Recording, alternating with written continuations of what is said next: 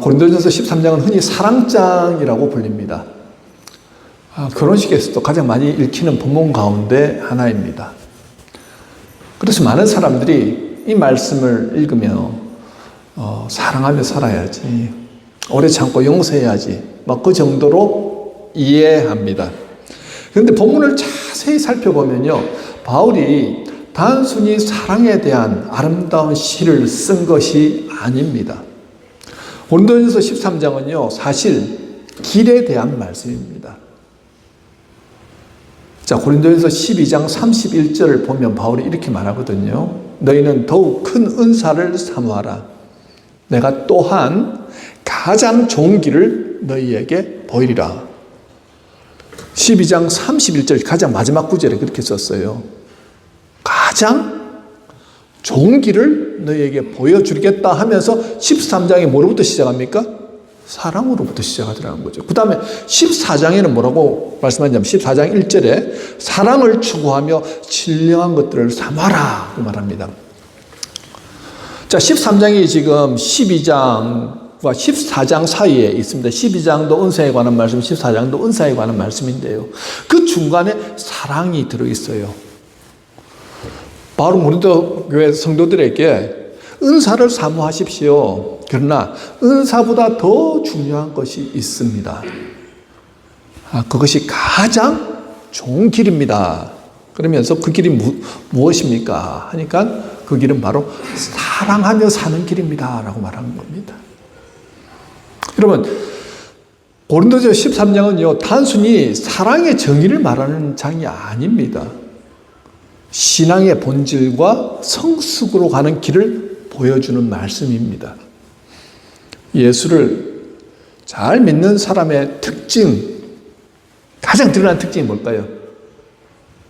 그 마음, 그 삶, 그 말 가운데 사랑이 있느냐, 그 모습을 보시면 이분은 참 예수 닮은 분이시구나 하는 것을 느낄 수 있습니다. 그런데 참 많은 것들을 알고 계세요. 똑똑하고 교회생활 오래 하셨고 신앙생활 연륜도 있고 한데 냉랭합니다. 차갑습니다. 말씀하시는 건 옳은 것 같은데요, 그 안에 용납이나 용서가 없다. 그러면 여러분, 거기서 무엇을 느끼십니까? 그 안에 예수님을 느끼십니까? 아니죠. 예수 잘 믿는다는 것은요, 예수 닮은 모습이 있느냐 하는 것인데, 그 예수 닮은 모습이 무엇이냐? 사랑이 있느냐 하는 것입니다.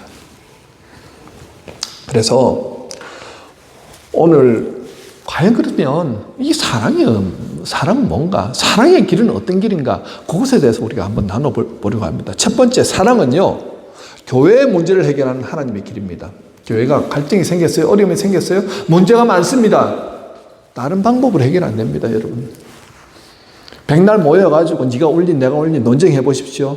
아니요. 그 논쟁하다가 더 마음이 갈라집니다. 더 싸웁니다.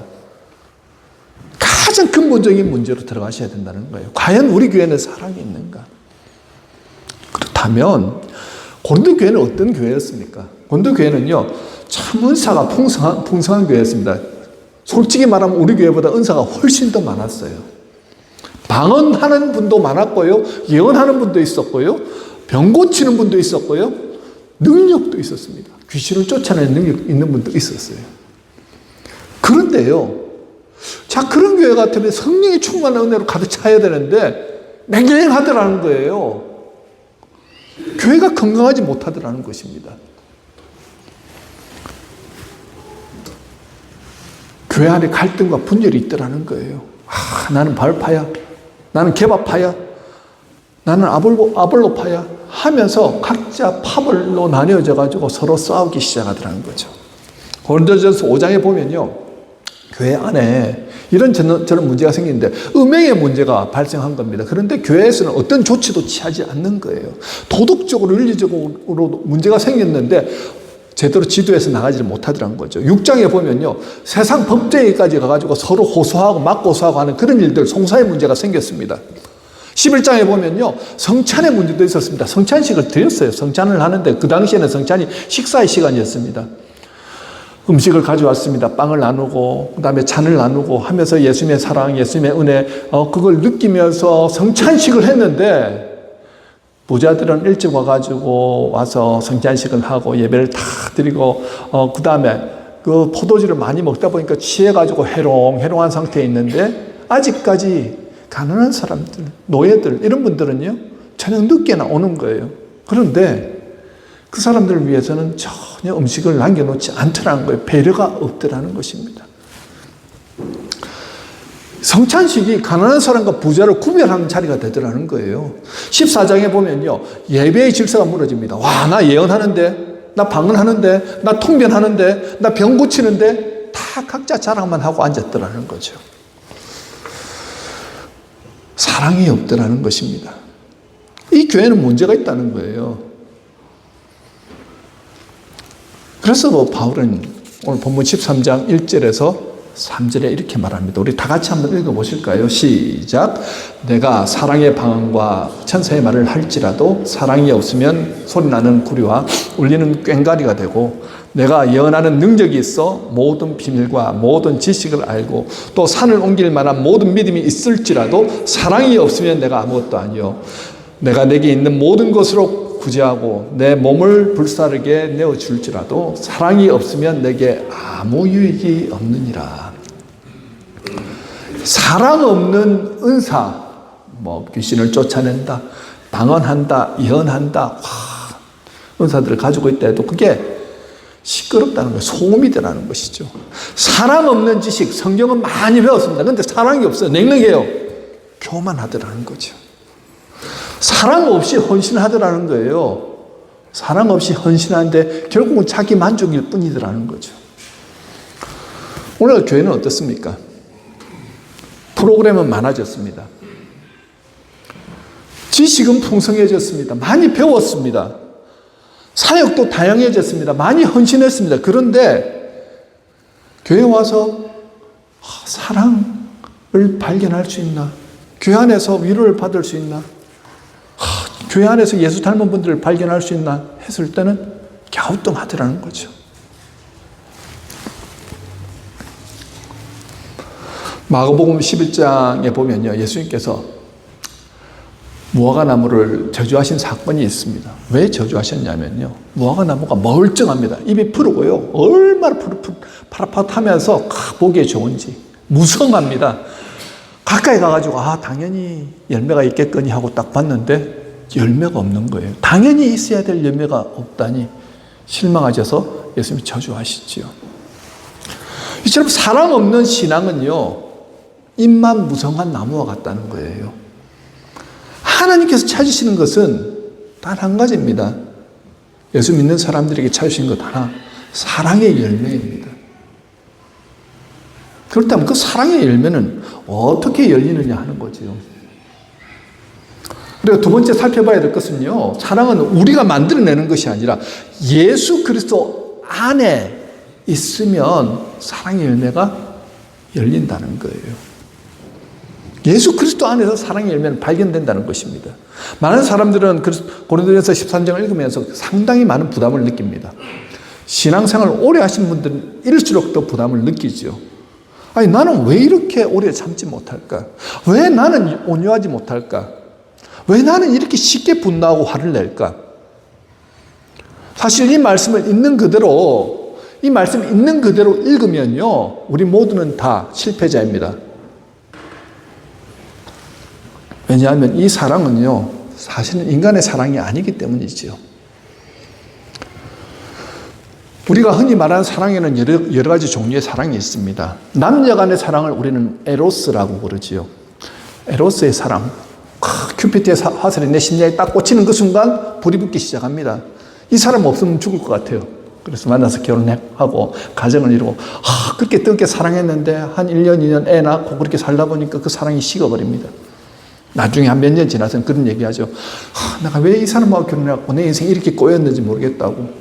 그렇게 이 사람 없으면 못 살겠다고 하고 그렇게 살았는데 감정이 나중에 식어버리더라는 거죠. 완벽하지 않습니다. 에로스의 사랑. 친구 간의 우정, 필레오의 사랑이죠. 이 귀한 사랑입니다. 여러분 인생에서 진짜 이런 친구 한 사람만 있으면요, 어떤 상황 가운데서 우리는 견딜만 하다 하잖아요. 그런데 그렇게 믿었던 친구가 어떤 자신의 이익 때문에 배신을 한다든지 등을 돌린다든지 할 때 그 아픔은 이루 말할 수가 없죠. 이 친구 간의 사랑도 완벽하지 않다는 거예요. 그러면 부모와 자식 간의 사랑, 우리는 뭐랍니까? 스톨게라고 하는데요. 이 부모님의 사랑이 매우 헌신적이잖아요. 정말 부모님의 사랑은 하나님의 사랑에 비견할 만하다고 하지만 그것도 완벽하지 않다는 거예요. 우리가 아이들을 키울 때 보면요, 부모가 자신의 욕심에 따라서 키우는 부모들도 간혹 있습니다. 왜 말을 안 들으려 하면서 매를 들기도 하고, 내가 너 잘 되라고 하잖아 하면서 그렇게 얘기를 하잖아요. 물론 잘 되라고 하는 것 같지만 결국 나중에는 내 감정 때문에 아이를 윽박지르기도 하고요. 또 내 욕심 때문에 내가 이루고 싶은 걸 내가 못 이뤘으니까 너를 통해서라도 이뤄보고 싶다고 하면서 그렇게 아이를 몰아가는 그런 경우도 있지요. 그 스톨게의 사랑, 부모의 사랑도 한계가 있더라는 것입니다. 자, 그렇다면 본문 4절에서 7절에 나오는 사랑은 어떤 사랑입니까? 이 사랑은요, 헬라어로 아가페입니다. 하나님의 사랑입니다. 예수 그리스도의 사랑이지요.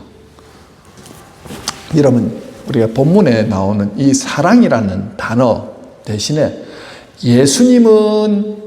예수님이라는 단어를 놓고 한번 같이 한번 읽어볼까요? 어떤 느낌이 드시는지. 시작. 예수님은 오래 참고, 예수님은 온유하며 시기하지 아니하며, 예수님은 자랑하지 아니하며 교만하지 아니하며 무례히 행하지 아니하며 자기의 유익을 구하지 아니하며 성내지 아니하며 악한 것을 생각하지 아니하며 불의를 기뻐하지 아니하며 진리와 함께 기뻐하고 모든 것을 참으며 모든 것을 믿으며 모든 것을 바라며 모든 것을 견디느니라. 어떠세요? 자, 이 사랑이 결국은 예수님에 대해서 지금 증거하고 있는 말씀 아닙니까? 예수님은 오래 참으셨고 온유하셨고 시기하지 않으셨고 자랑하지 않으셨습니다. 자기의 유익도 구하지 않으셨지요. 예수님은 십자가에서 자신을 내어주셨습니다. 이 말씀은 결국은 예수님을 설명하는 말씀이지요. 로마서 5장 8절에 딱 그것을 증명하고 있지 않습니까? 우리가 아직 죄인 됐을 때 그리스도께서 우리를 위하여 죽으심으로 하나님께서 우리에 대한 자기의 사랑을 확증하셨느니라. 고린도 교회 성도들은요, 아마 이 말씀을 들으면서 그런 생각했을 거예요. 우리는 결코 이런 사랑을 할 수가 없어. 여러분, 아가페 사랑은요, 우리의 의지나 노력으로는 불가능합니다. 이 사랑은요, 오직 하나님만이 하실 수 있는 사랑, 예수 그리스도만이 하실 수 있는 사랑입니다. 그런데 이런 사랑을 우리 보고 하라고 성경은 말씀하고 있어요. 흉내는 낼 수 있습니다. 한 번, 두 번 그냥 하는 거는 흉내는 낼 수 있는데 해보니까는 쉽지가 않더라는 거예요. 인간의 의지로 하다가 내가 지치고 내가 다운되고 내가 낙심하더라는 거예요.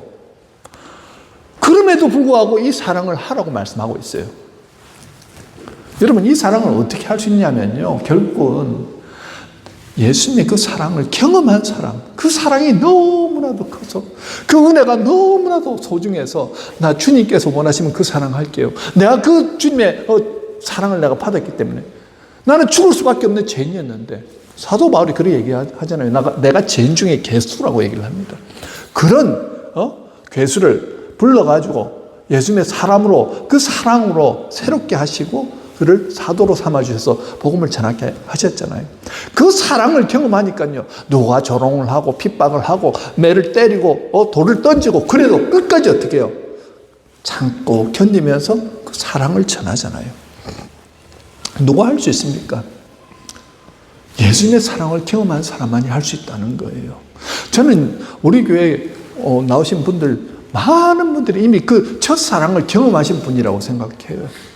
예수님의 사랑을 경험했기 때문에 오늘 이 주일날 이 날 좋은데 와가지고 먼 곳에서 20, 30분씩 40분씩 차를 몰고 와서 예배 드리겠다고 와서 앉아 계신 거 아닙니까? 자, 그렇다면 어떻게 하면 이 사랑을 제대로 실천할 수 있느냐 하는 것입니다. 자, 세 번째 우리가 생각해 봐야 될 것이요, 사랑은 참고 믿고 바라며 끝까지 견디는 것입니다. 바울은 사랑의 특징을 4절에서 6절에 말하고 있죠. 11가지로 나열합니다. 해야 할 것 3가지와 해서는 안 될 것 8가지 말하죠. 해야 할 것은 오래 참는다는 거예요. 오래 참고 온유하고 진리와 함께 기뻐하는 것. 이거는 해야 할 것입니다. 그럼 하지 말아야 할 것. 시기하지 말라는 거예요. 시기하지 않는 게 사랑이라는 겁니다. 사랑 때문에 시기하지 않는 거예요. 아시겠죠? 자랑하지 않는다는 거예요. 내가 주님의 사랑을 받았기 때문에 또 타인을 사랑하기 때문에 나는 자랑하지 않겠다는 거예요. 교만도 마찬가지입니다. 내가 높아지지 않겠다는 거예요. 다른 사람에게 나보다 배우지 못했거나 나보다 낮은 위치에 있는 그 사람에게 어떻게 해요? 무례히 행치 않겠다는 거예요. 그게 사랑이라고 말합니다. 그리고 뭘 하든지 내 유익을 구하지 않겠다는 거. 함부로 성내지 않겠다는 거. 악한 생각 하지 않겠다는 거. 하나님이 기뻐하시지 않는 불의한 것들은 나는 하지 않겠다는 거. 이게 사랑이라는 거예요. 여러분 이것을 11가지를 다 기억하기가 쉽지 않습니다. 그런데 이것을 7절에서는 딱 4가지로 요약해서 말하죠. 모든 것을 참으며 모든 것을 믿으며 모든 것을 바라며 모든 것을 견디느니라. 이 4가지만 우리가 딱 오늘 마음판에 새기고 가시면요. 아, 사랑. 그까이 거 내 힘으로는 할 수 없지만 내가 예수님 안에서는 할 수 있겠구나. 그런 분명한 어떤 믿음과 확신이 생길 줄 믿습니다. 자, 먼저 참는다는 게 뭘까요? 모든 것을 참는다. 사랑은 오래 참고로부터 시작이 되죠. 여러분, 참는다는 것은요, 상대방의 허물을 덮어주고 기다려주는 것입니다. 마태복음 18장에 보면 베드로가 예수님께 이런 질문을 하거든요. 형제가 내게 죄를 지으면 몇 번이나 용서해 줘야 할까요? 7번까지 하면 되겠습니까? 자, 7번이라는 수는 여러분 생각할 때 아이고 그 7번도 못 참냐 이렇게 생각하잖아요. 절대 쉽지 않습니다. 한두 번은 참아줄 수 있습니다. 여러분 그렇잖아요.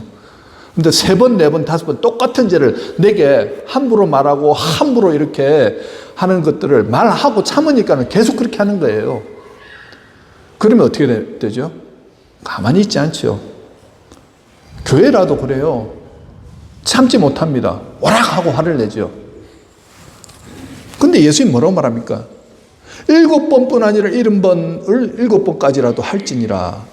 쉽게 얘기하면 490번 하라는데 여러분 490번 똑같은 잘못 나한테 하는데 그게 참아질 수 있겠습니까? 말도 안 되죠. 횟수 세지 말고 끝까지 참아주라고 말씀합니다. 여러분, 하나님께서 우리를 끊임없이 용서하신 것처럼 우리도 그렇게 다른 사람의 잘못을 끝까지 용서하면서 참아주라. 그렇게 가르치고 계시거든요. 그런데 어떤 분들은 이렇게 말씀합니다. 목사님, 우리는 예수님이 아니잖아요. 용서요? 아, 그거 하다가 내가 먼저 화병 걸릴 것 같아요. 나 못합니다. 아마 그렇게 말씀하신 분들이 계실 수도 있습니다. 맞습니다. 우리는 예수님이 아니죠. 그런데 예수님께서 지금 베드로에게 답을 주신 거잖아요. 베드로가 지금 할 수 없는 답을 주셨을까요?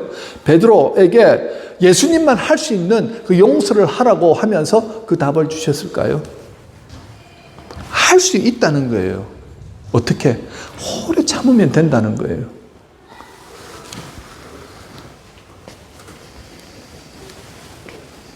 여러분, 세상 사람들은요, 나를 힘들게 하는 사람 멀리 하라고 가르칩니다. 정신의학자들이라든지 상담가들이라든지 내게 불편함을 주고 내게 스트레스를 주는 사람은 멀리 해라, 가까이 하지 마라, 피해라고 말합니다. 하지만 성경은 계속해서 뭐라고 말합니까? 사랑하라고, 용서하라고, 참으라고 말합니다. 왜냐하면 우리는요, 그리스도 안에서 특별히 교회 안에서의 관계를 말합니다. 그리스도 안에서 한 몸이기 때문에 그렇습니다. 예수 그리스도가 머리가 되시고 저와 여러분들은 지체 하는 거예요. 그런데 지체 안에 갈등이 생겼어요. 갈등이 생겼는데 우리가 성경에서 분명히 예수님이 말씀한 게 뭡니까? 너희 안에 갈등이 생긴다든지 분란이 생긴다든지 어떤 문제가 생겼을 때는 어떻게 해요? 그 날이 지나기 전에 또 제단에 와서 하나님 앞에 예배 드리기 전에 어떻게 하라고 그래요? 먼저 화해하고 용서하고 관계를 회복하고 와서 하나님 앞에 예배를 드리라. 그래야지 그 예배를 하나님 받으신다라고 말씀합니다. 주님의 몸된 교회 안에서 갈등이 생겼어요. 불편합니다. 그 사람 때문에 예배드리는 게 힘들어요. 그 사람 때문에 갈등이 생겨요. 자꾸 힘들어져요. 여러분 가정에서도 부부 사이에 갈등이 생기면요, 집에 들어가기 싫습니다. 그렇지 않습니까? 세상에서 제일 싫은 사람이 그 사람이 되더라는 거예요. 배우자가 되고 남편이 되고 아내가 되지 않습니까? 우리가 싸울 수도 있고 관계 힘이 들 수도 있지만 그럴수록 어떻게 해요? 우리는 주님의 몸이기 때문에 그 안에서 서로 참아주고 용납하고 용서하면서 어떻게 해요? 화해하고 다시 관계를 회복하며 나가야 된다는 거예요. 그렇게 되지 않으면 우리 안에 관계 안에 문제가 생겼는데 교회 안에서 어떤 갈등이 생기잖아요. 그러면 그때부터는 힘들어집니다. 마음이 아픕니다. 불편해집니다. 우리가 소통이 되지 않을 때 하나님과의 관계 안에서 소통이 안 되더라는 거죠. 냉랭함이 흘러넘칩니다. 불편함이 흘러넘칩니다. 그런데 주님은 이런 상황을 다 아시고 계시더라는 거죠. 너희 안에 관계 안에 문제가 생기고 사람이기 때문에 어쩔 수 없이 문제가 생긴다 할지라도 누가 먼저 참아주느냐? 내 사랑을 받은 사람들, 내게 은혜 받은 사람들이 먼저 가서 참아주라는 거예요. 쉽지 않습니다. 어렵습니다. 내 힘으로는 안 됩니다. 말씀드렸잖아요. 그렇기 때문에 누군가와 관계 안에 불편해졌을 때 우리는 주님 앞에 나아가서 주님 앞에 부르짖어야 합니다. 하나님, 난 너무 힘들어요. 어떻게 하면 좋지요? 하나님, 어떻게 하면 좋겠습니까? 내게 답을 주십시오. 그럴 때마다 주님은 뭐라고 말씀하시냐면요, 그래, 내가 저 사람 혼내줄게, 이렇게 말씀 안 하시더라는 거죠. 네가 조금 더 용납해 주면 안 되겠니? 네가 조금 더 참아주면 안 되겠니? 네가 먼저 손 내밀어 주면 안 되겠니? 예수님의 답은 꼭 그렇게 말씀하시더라는 거죠. 여러분, 사랑이 회복되어지면요, 피가 잘 돌아갑니다. 교회가 건강해집니다.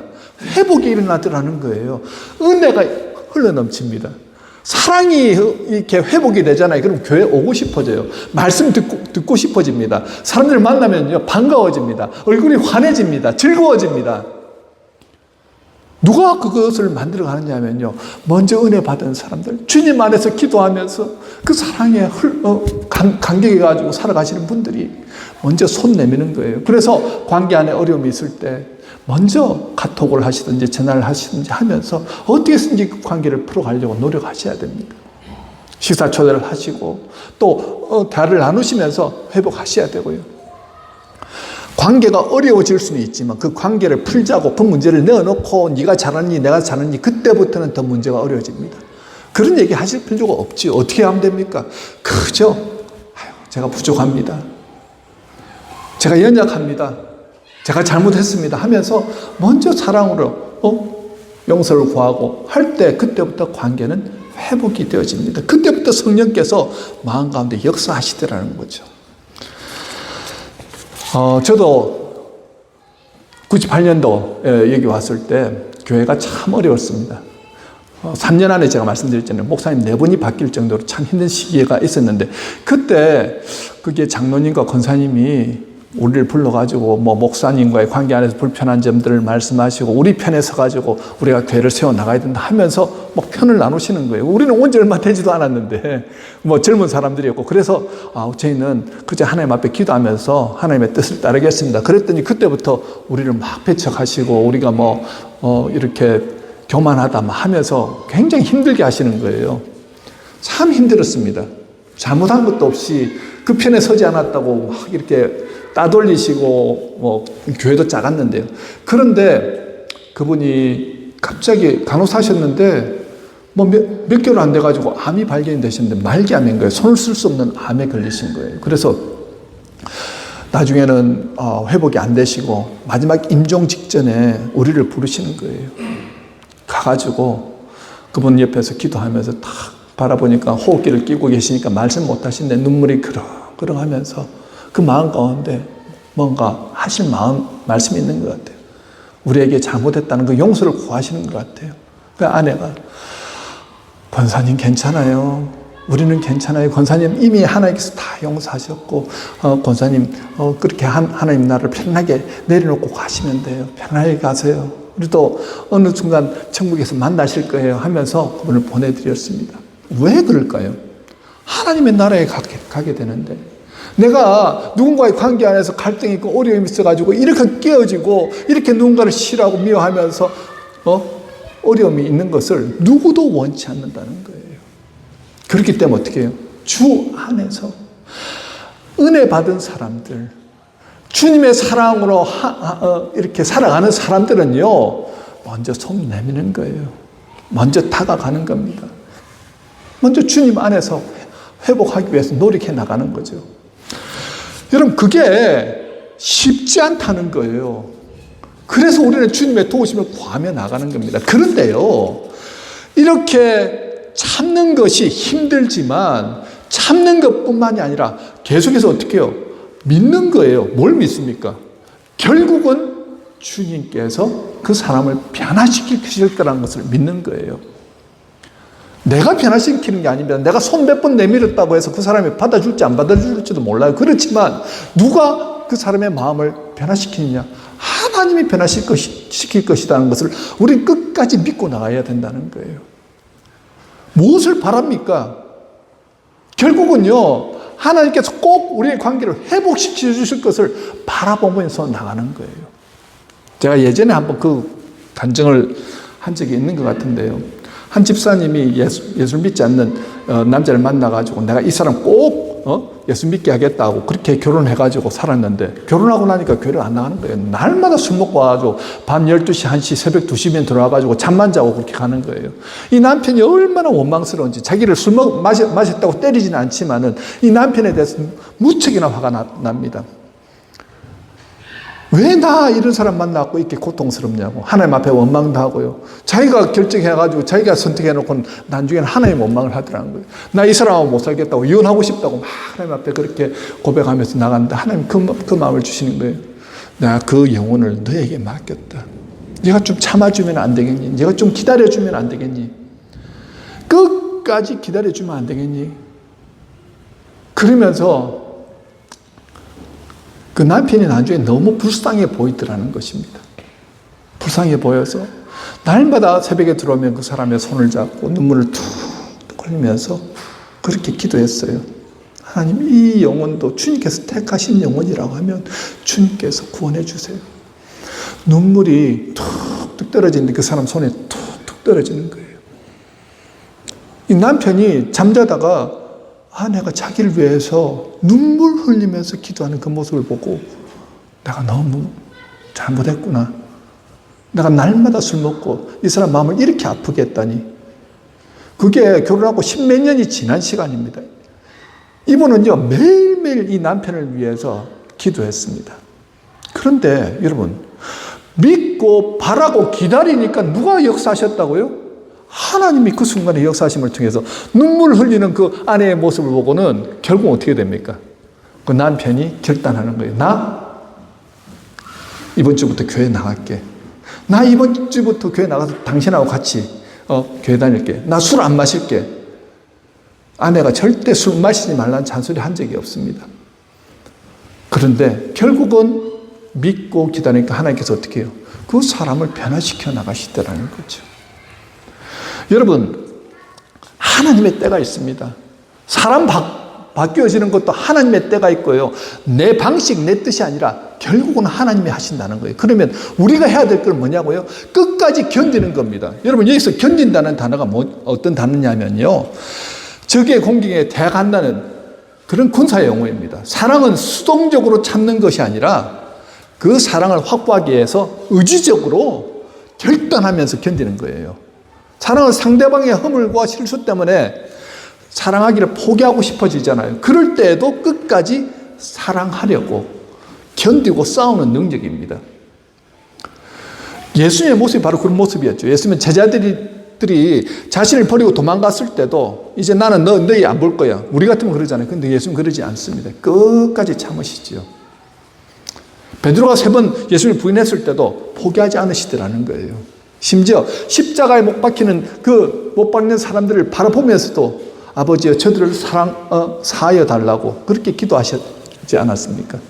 예수님은요, 상처를 받지 않으셔서 참으신 것이 아니라는 겁니다. 상처를 받으셨지만 사랑하기를 포기하지 않으셨다는 거예요. 여러분, 사랑은 단순히 이런 악물고 참는 게 아닙니다. 사랑은 사랑을 포기하게 만드는 수많은 공격 앞에서 끝까지 사랑하기로 선택하는 능력이라는 거예요. 예수님께서 그렇게 하셨잖아요. 우리의 죄와 연약함 때문에 포기하실 수도 있었지만 끝까지 사랑하셨습니다.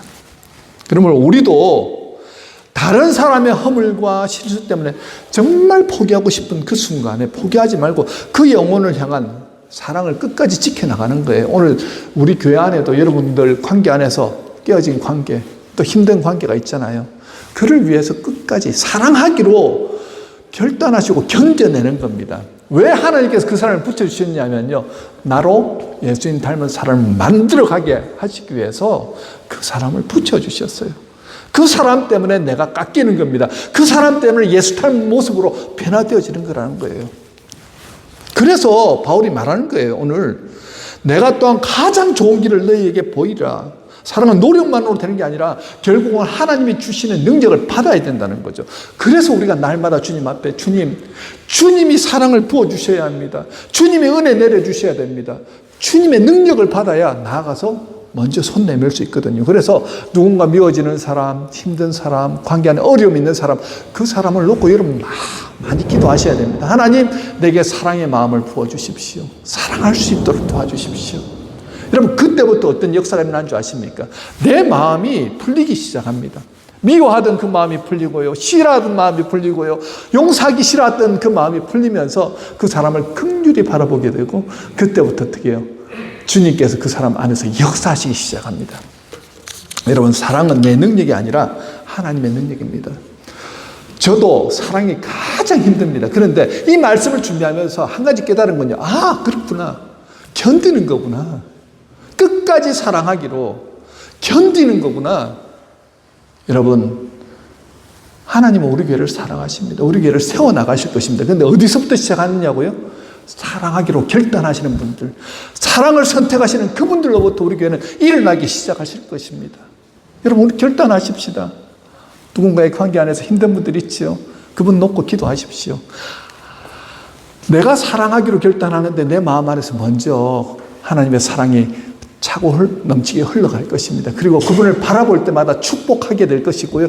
그러면서 관계가 회복될 것이고 사랑으로 충만한 교회로 변화될 것입니다. 저는 소망합니다. 희망합니다. 앞으로 사랑으로 충만한 교회, 새생명교회가 될 줄로 믿습니다.